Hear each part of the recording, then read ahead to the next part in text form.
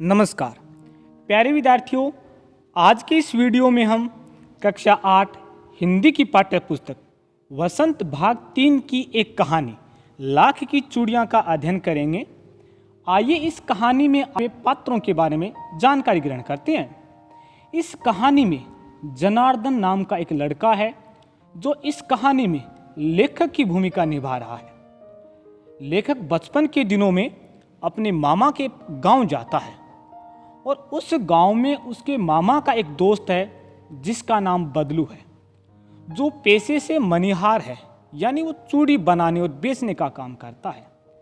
इसी कहानी में एक पात्र है लेखक के मामा की लड़की और एक अन्य दूसरी लड़की है जो बदलू की लड़की है जिसका नाम रज्जो है।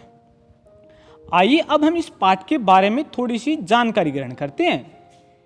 कामतानाथ की कहानी लाख की चूड़ियाँ शहरी चकाचौंध, फैशन और औद्योगिकरण के कारण दम तोड़ते लघु और कुटीर उद्योगों के दुख दर्द की कहानी है। यह कहानी यह बताती है कि किस तरह से मशीनी युग ने बदलू जैसे लाखों लोगों की दशा और दिशा को बदल दिया। यह कहानी यह भी बताती है कि अगर पैतृक व्यवसाय बंद हो जाए तो इंसान किस प्रकार से अपना जीवन चला सकता है।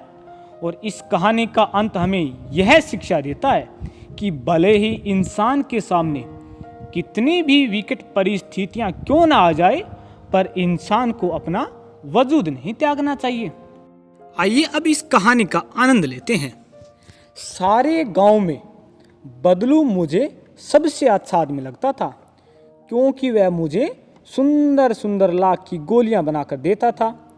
मुझे अपने मामा के गांव जाने का सबसे बड़ा चाव यही था। जब मैं वहां से लौटता तो मेरे पास ढेर सारी गोलियां होती, रंग बिरंगी गोलियां जो किसी भी बच्चे का मन मोह ले। वैसे तो मेरे मामा के गांव का होने के कारण मुझे बदलू को बदलू मामा कहना चाहिए था, परंतु मैं उसे बदलू मामा न कहकर बदलू काका कहा करता था, जैसा कि गांव के सभी बच्चे उसे कहा करते थे। बदलू का मकान कुछ ऊंचे पे बना हुआ था।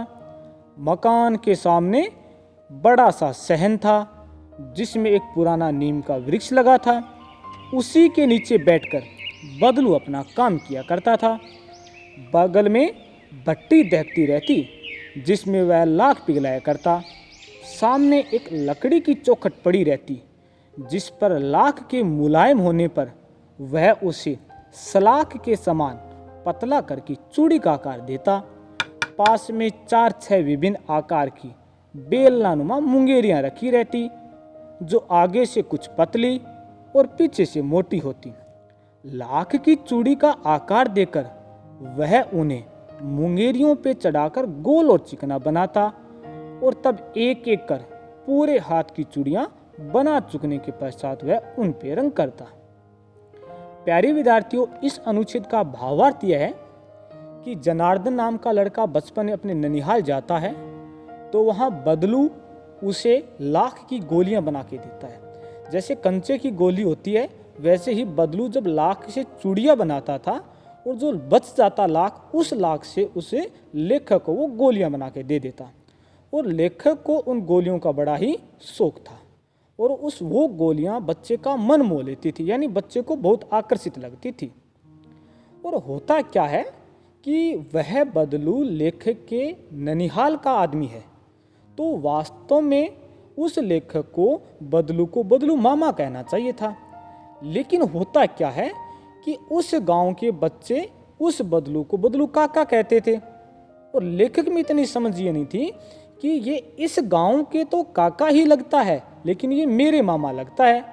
लेकिन बदलू उस बच्चों का अनुसरण करता था और जैसे उस गांव के बच्चे उस बदलू को बदलू काका बोलते तो लेखक भी अपने मामा को बदलू काका कहने लग गया। और आगे ये बताया गया है कि बदलू का जो मकान था वो के ऊंचे पे बना हुआ था। ऊंचे का अर्थ है एक ऊंची जगह पे बना हुआ था और उसके मकान के सामने बड़ा सा सहन था। सहन का यहाँ पे अर्थ है खुली जगह, यानी हमारे घर के सामने जो खुली जगह होती है, बड़ा सा चौक होता है, आंगन होता है, उसे सहन कहते हैं। तो बदलू के घर के सामने एक बड़ा सहन था, यानी खुली जगह थी, और वहीं पे एक नीम का वृक्ष है और उसके नीचे बैठ के ना वो काम करता है। वो जब काम करता है तो उसे कुछ यंत्रों की आवश्यकता होती है। जैसे एक चौखट शब्द है यहाँ पे, चौखट का वास्तविक अर्थ होता है दरवाजा, लेकिन वो क्या करता है, एक लकड़ी का स्टैंड होता है जिसके ऊपर वो लाख को पिघला करके उसको सलाख के समान पतला करता है, यानी उसको छड़ी के समान पतला करता है, और उसको पतला कर करके फिर बेलनानुमा मुंगेरियाँ होती है। मुंगेरियाँ का अर्थ है यहाँ पे कि लाख की एक लकड़ी होती है गोल, जो आगे से कुछ पतली होती है और पीछे से क्या होती है, मोटी होती है। उसको वो अपनी चूड़ियां बनाने के लिए काम में लेता है। बदलू यह कार्य सदा एक ही मचिए पे बैठ के किया करता था, जो बहुत ही पुरानी थी। बगल में ही उसका हुक्का रहता, जिसे वह बीच बीच में पीता रहता। गांव में मेरा दोपहर का समय अधिकतर बदलू के पास बीतता। वह मुझे लल्ला कहा करता और मेरे पहुंचते ही मेरे लिए तुरंत एक मच्छिया मंगा देता। मैं घंटों बैठे बैठे उसे इस प्रकार चूड़ियाँ बनाते देखते रहता। लगभग रोज ही वह 4-6 जोड़ी चूड़ियाँ बनाता। पूरा जोड़ा बना लेने पर वह उसे बेलन पर चढ़ाकर कुछ क्षण चुपचाप देखता रहता, मानो वह बेलन न होकर किसी नववधू की कलाई हो। इसका तात्पर्य यह है कि बदलू है जो अपना काम करता है वो एक मचिए पे बैठ के काम करता है। यहाँ मचिए का अर्थ है छोटी खाट, या जिसे हम चारपाई कहते हैं। और काम करते करते समय वह हुक्का पीता है। हुक्का क्या, एक धूम्रपान करने का यंत्र है, तो उसका वो सेवन करता रहता है।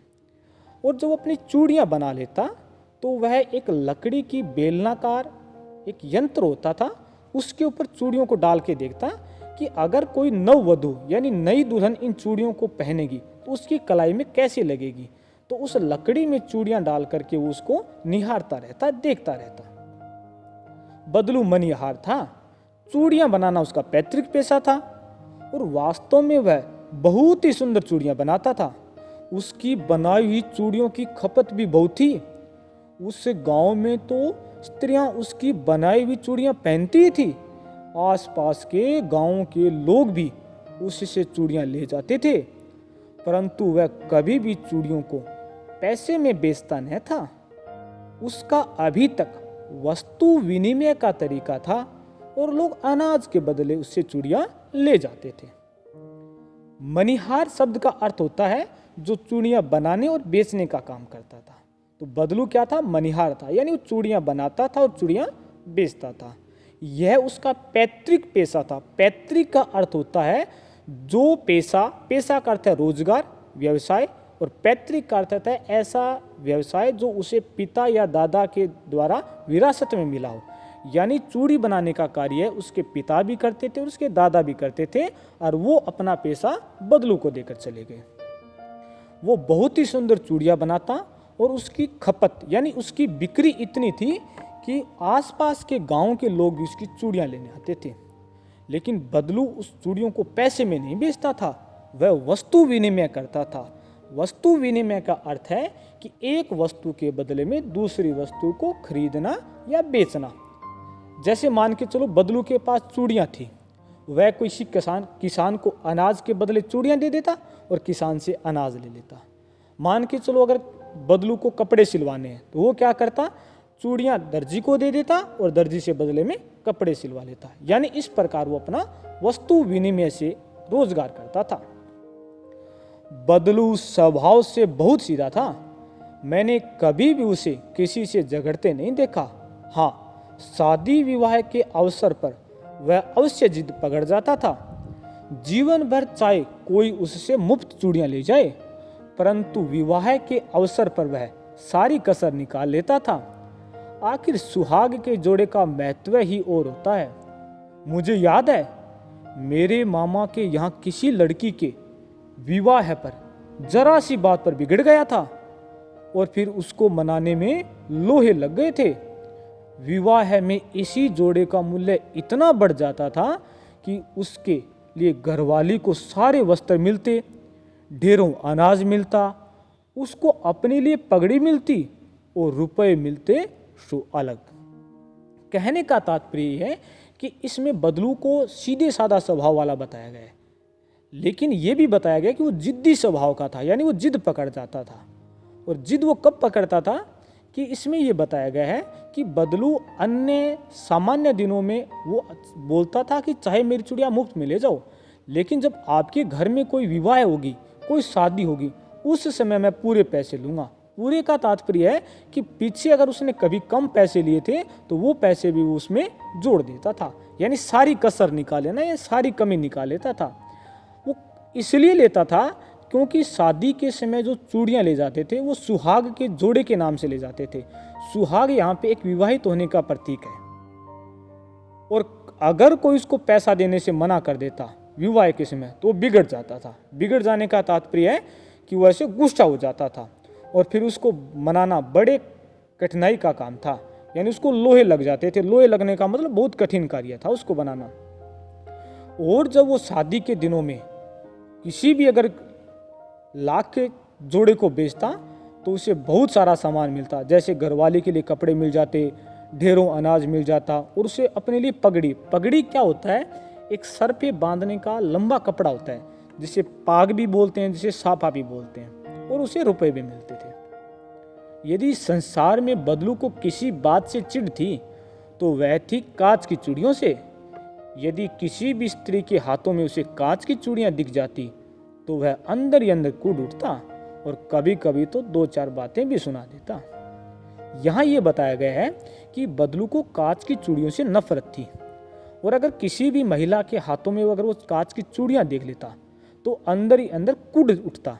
कूदना का तात्पर्य वो जल जाता, यानी अंदर ही अंदर उसको ईर्ष्या होती, और वो उसे 2-4 बातें सुना देता, यानी उसे कुछ वो भला बुरा कह देता। मुझसे तो वह घंटों बातें किया करता था, कभी मेरी पढ़ाई के बारे में पूछता, कभी मेरे घर के बारे में, और कभी यूं ही शहर के जीवन के बारे में। मैं उससे कहता शहर में सब कांच की चूड़ियां पहनते हैं, तो वह उत्तर देता शहर की बात और है लल्ला, वहाँ तो सभी कुछ होता है। वहाँ तो औरतें अपने मर्द का हाथ पकड़कर सड़कों पर घूमती भी है, और फिर उनकी कलाइयाँ नाजुक होती है ना, लाख की चूड़ियाँ पहने तो मोच ना जाए। अब इसमें लेखक ये बताता है कि मैं जब बदलू के पास में जाता तो मेरी पढ़ाई के बारे में बातचीत करता, और मुझे शहर के जीवन के बारे में वो पूछता रहता। तो लेखक बोलता है कि मैं तो उसे बता देता कि शहर में तो महिलाएं कांच की चूड़ियाँ पहनती है। तो बदलू उसे बताता है कि शहर की बात छोड़ो, शहर में तो जो औरतें यानी महिलाएं वो अपने मर्द यानी पति का हाथ पकड़ के सड़कों पर भी घूमती है, और उनकी कलाई नाजुक होती है। नाजुक अर्थ होता है उनकी कलाई कमज़ोर होती है, मुलायम होती है। और अगर वो, क्योंकि लाख होता है वो कठोर होता है, तो कहते हैं कि लाख अगर चूड़ियाँ पहनेंगी तो उसके हाथ में मोच आ जाएगी, कुछ चोट आ जाएगी, उनको दर्द हो जाएगा। कभी कभी बदलू मेरी अच्छी खासी खातिर भी करता। जिन दिनों उसकी गाय के दूध होता सदा मेरे लिए मलाई बचा कर रखता, और आम की फसल में तो मैं रोज ही उससे यहाँ से 2-4 आम खाता। परंतु इन सब बातों के अतिरिक्त जिस कारण वह मुझे अच्छा लगता था वह यह था कि लगभग रोज ही वह मेरे लिए 1-2 गोलियां बना देता। इसमें यह बताया गया है कि लेखक है उसको बदलू बहुत अच्छा लगता है, उसकी वो अच्छी खासी खातिर करता है। खातिर का तात्पर्य उसकी अच्छी सेवा करता है, वो उसे दूध की मलाई खिलाता है, आम खिलाता है। लेकिन लेखक कहता है कि इन सबसे ऊपर सबसे अच्छा मुझे ये लगता था कि वह मुझे लाख की गोलियां बना देता, और उस गोलियों से मैं खेल लेता था। मैं बहुधा हर गर्मी की छुट्टी में अपने मामा के यहाँ चला जाता, और 1-8 महीने वहाँ रहकर स्कूल खुलने के समय तक वापस आ जाता। परंतु 2-3 बार ही मैं अपने मामा के यहाँ गया हूँगा, तभी मेरे पिता की एक दूर के शहर में बदली हो गई, और एक लंबी अवधि तक मैं अपने मामा के गांव न जा सका। बहुधा का अर्थ होता है कई बार, यानी प्राय। लेखक कहता है कि बचपन में मैं लगभग हर छुट्टियों में ननिहाल चला जाता था, लेकिन किसी कारणवश उसके पिता की बदली किसी दूर शहर में हो जाती है तो वो अपने ननिहाल में नहीं जा पाता है। तब लगभग 8-10 वर्षों के बाद जब मैं वहां गया तो इतना बड़ा हो चुका था कि लाख की गोलियों में मेरी रुचि नहीं रह गई थी। अतः गांव में होते हुए भी कई दिनों तक मुझे बदलू का ध्यान न आया। इसी बीच मैंने देखा कि गांव में लगभग सभी स्त्रियां कांच की चूड़ियां पहने हैं। विरले ही हाथों में मैंने लाख की चूड़ियां देखी। तब एक दिन सहसा मुझे बदलू का ध्यान हो आया। बात यह हुई कि बरसात में मेरे मामा की छोटी लड़की आंगन में फिसलकर गिर पड़ी और उसके हाथ की कांच की चूड़ी टूटकर उसकी कलाई में घुस गई और उससे खून बहने लगा। मेरे मामा उस समय घर पर न थे, मुझे ही उसकी मरहम पट्टी करनी पड़ी। तभी सहसा मुझे बदलू का ध्यान हो आया और मैंने सोचा कि उससे मिलाऊं। अतः शाम को मैं घूमते घूमते उसके घर चला गया। बदलू वहीं चबूतरे पर नीम के नीचे एक खाट पे लेटा था। प्यारे विद्यार्थियों, इसका भावार्थ यह है कि बदलू 8-10 वर्षों के बाद में अपने ननिहाल फिर से आता है। लेकिन इस बार जब वह अपने ननिहाल में आता है तो उसकी लाख की गोलियों में रुचि नहीं बचती है और वह ननिहाल में देखता है कि विरले ही हाथों में लाख की चूड़ियां थी। विरले का तात्पर्य यानी बहुत कम ही महिलाओं के हाथों में लाख की चूड़ियां थी। होता क्या है कि उसके मामा की लड़की बरसात के कारण आंगन में फिसलकर गिर जाती है और उसने कांच की चूड़ी पहन रखी थी, वो उसकी कलाई में घुस जाती है तो उसे खून बहने लगता है। तब लेखक यानी जनार्दन उस लड़की की मरहम पट्टी करता है और उसको ठीक करता है। जब वो कांच की चूड़ी उसकी कलाई में घुसती है और महिलाएं हैं वो कम ही लाख की चूड़ियां पहनी है, इन दोनों बातों के संयोग से उसे बदलू का ध्यान हो आता है। यानी सहसा का अर्थ होता है अचानक से उसे बदलू का ध्यान हो आता है। वो सोचता है कि आज शाम को मुझे बदलू मामा से मिलना चाहिए और वो शाम को बदलू से मिलने चला जाता है। तो उस समय बदलू वो एक चबूतरे पर नीम के वृक्ष के नीचे लेटा हुआ था। नमस्ते बदलू काका, मैंने कहा। नमस्ते भैया, उसने मेरी नमस्ते का उत्तर दिया और उठकर खाट पर बैठ गया। परंतु उसने मुझे पहचाना नहीं और देर तक मेरी ओर निहारता रहा। जब एक लंबे समय अंतराल के बाद में लेखक बदलू से मिलने जाता है तो उसे बोलता है नमस्ते काका। तो वो बदलू से नमस्ते तो कर लेता है लेकिन उसे पहचान नहीं पाता है और उसकी ओर निहारता रहता है। निहारना का मतलब होता है उसे ध्यान से देखता रहता है, क्योंकि एक लंबा समय हो गया तो उसकी जो स्मृतियां हैं वो गायब हो जाती है। बदलू उसे पहचान नहीं पाता है। मैं हूं जनार्दन काका, आपके पास से गोलियां बनवा कर ले जाता था। मैंने अपना परिचय दिया। बदलू फिर भी चुप रहा, मानो वह अपने स्मृति पटल पर अतीत के चित्र उतारा हो। और तो वह एकदम बोल पड़ा, आओ आओ लल्ला बैठो, बहुत दिन बाद आए। हाँ, इधर आना ही नहीं हो सका काका, मैंने चारपाई पे बैठते हुए उत्तर दिया। कुछ देर फिर शांति रही। मैंने इधर उधर दृष्टि दौड़ाई, न तो मुझे उसकी मछिया ही नजर आई न ही भट्टी। आजकल काम नहीं करते काका, मैंने पूछा। नहीं लल्ला, काम तो कई साल से बंद है। मेरी बनाई हुई चूड़ियाँ कोई पूछे तब तो गांव गांव में कांच का प्रचार हो गया। वह कुछ देर चुप रहा, फिर बोला, मशीन युग है ना लल्ला, आजकल सब काम मशीन से होता है। खेत भी मशीन से जोते जाते हैं और फिर जो सुंदरता कांच की चूड़ियों में होती है वह लाख में कहाँ संभव है। प्यारे विद्यार्थियों, इसका भावार्थ यह है कि जनार्दन अपना परिचय देता है कि मैं जनार्दन हूँ। तो बदलू को कुछ कुछ याद आता है और उसको पहचान लेता है। फिर बदलू को बोलता है कि आओ बैठ जाओ, और दोनों बैठ करके बातें करते हैं। फिर जनार्दन देखता है कि उसकी ना तो उसे मछिया नजर आती है जिस पे वो बैठ के काम करता था, और न ही वो भट्टी जिस पे वो लाख पिघलाता था। तो ये दोनों ही चीजें नजर नहीं आती है। तो वो उससे पूछ लेता है कि बदलू काका आजकल काम नहीं करते हो क्या? तो बदलू बोलता है कि काम तो कई सालों से बंद पड़ा है, क्योंकि मैं जो बनाता हूँ लाख की चूड़ियाँ उसकी कोई अब कीमत नहीं रह गई है। उसमें फैशन नहीं दिखता, लोगों को आजकल फैशन वाली चूड़ियाँ चाहिए और पूरे गांव में कांच का प्रचार हो गया। और आजकल तो मशीनें आ गई है, मशीनों से जो सुंदरता बनती है वो हाथ के काम में सुंदरता नहीं रहती है। इसलिए अभी लाख का काम ठप सा ही हो गया है। लेकिन कांच बड़ा खतरनाक होता है, बड़ी जल्दी टूट जाता है। मैंने कहा, नाजुक तो फिर होता ही है लल्ला। कहते कहते उसे खांसी आ गई। वह देर तक खांसता रहा। मुझे लगा उसे दमा है। अवस्था के साथ साथ उसका शरीर ढल चुका था।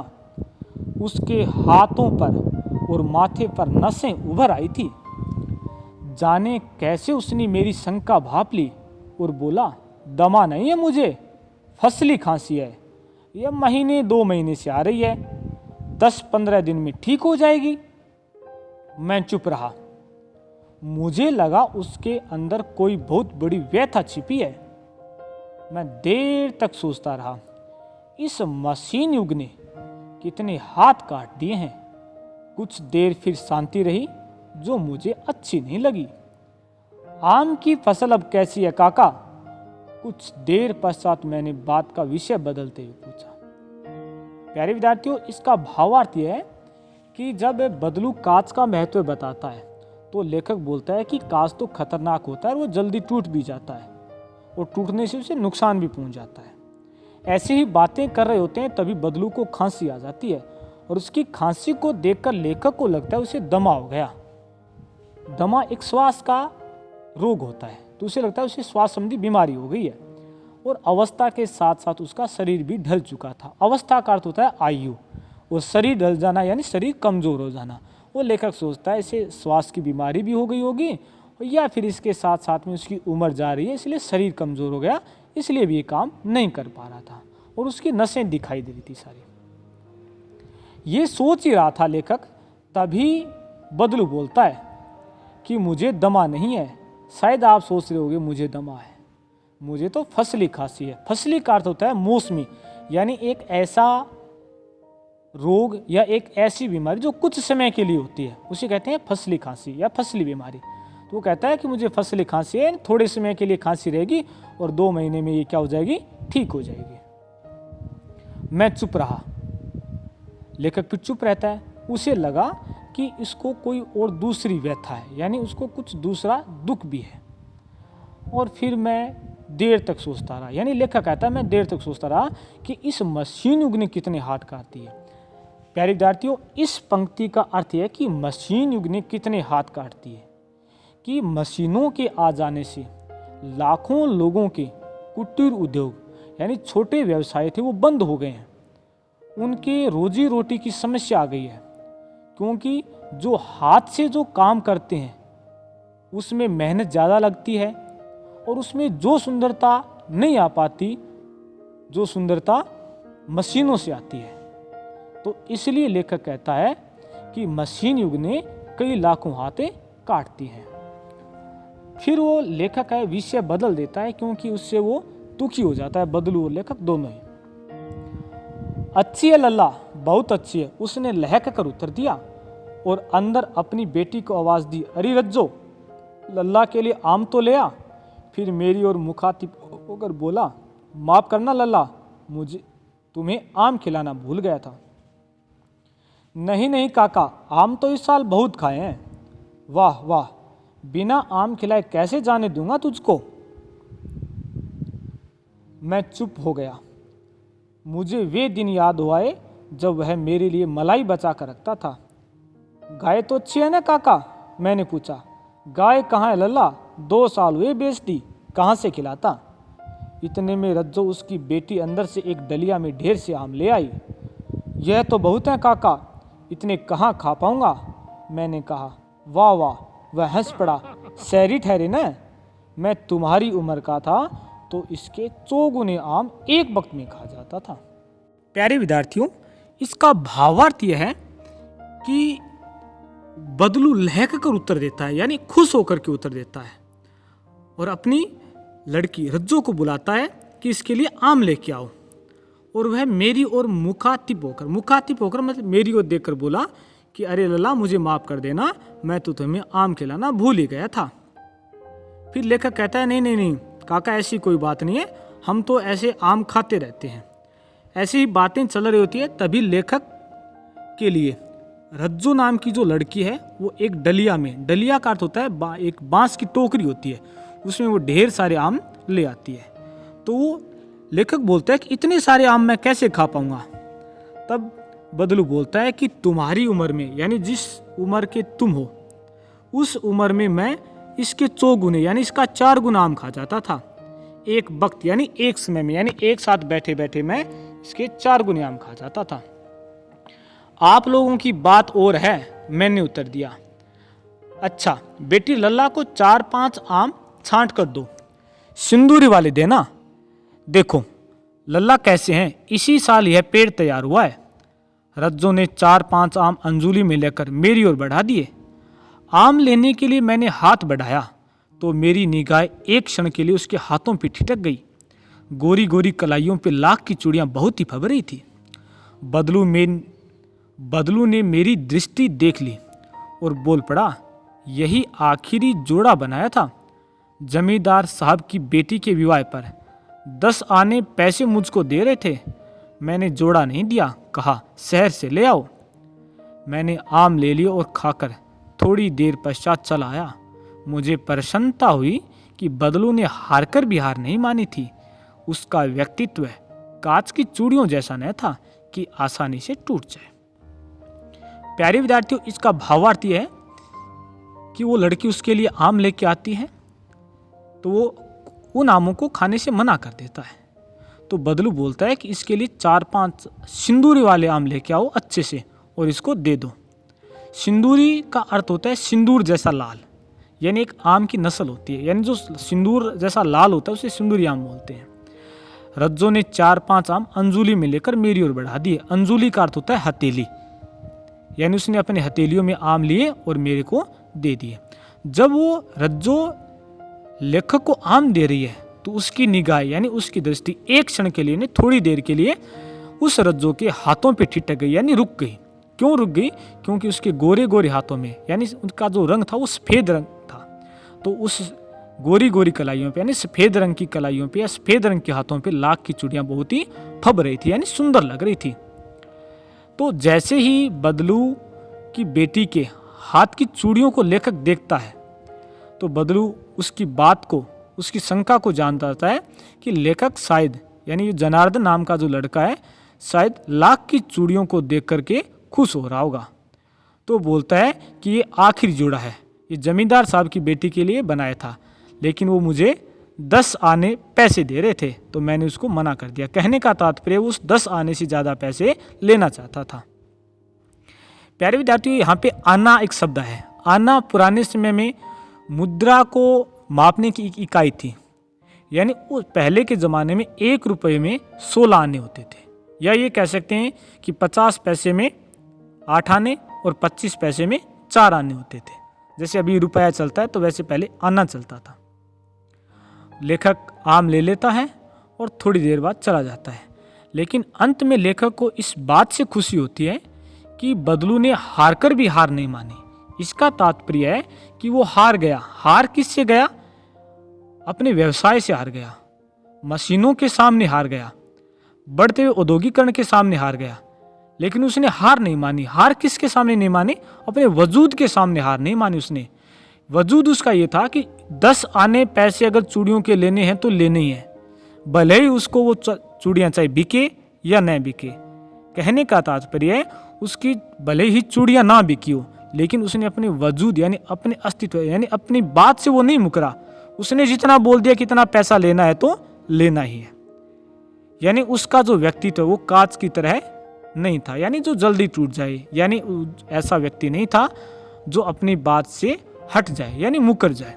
वो अपनी बात पे अडिग रहता था, यानी जिद्दी था तो वो जिद्दी था। प्यारे विद्यार्थियों, ये आज का हमारा वीडियो था। इसमें हमने पीपीटी के माध्यम से पूरी कहानी को पढ़ा, इसके भावार्थ को जानने की कोशिश की और बहुत सारे कठिन शब्दों के अर्थ को भी जाना। अब इस पाठ से संबंधित अभ्यास कार्य पत्रक है वो इस वीडियो के डिस्क्रिप्शन बॉक्स में है। आप वहां से PDF फाइल डाउनलोड करके आप अपना अभ्यास कार्य कर सकते हो। अगर ये वीडियो आपको अच्छा लगता है तो आप इसे लाइक करें, शेयर करें और आपके अपने चैनल को सब्सक्राइब जरूर करें। धन्यवाद।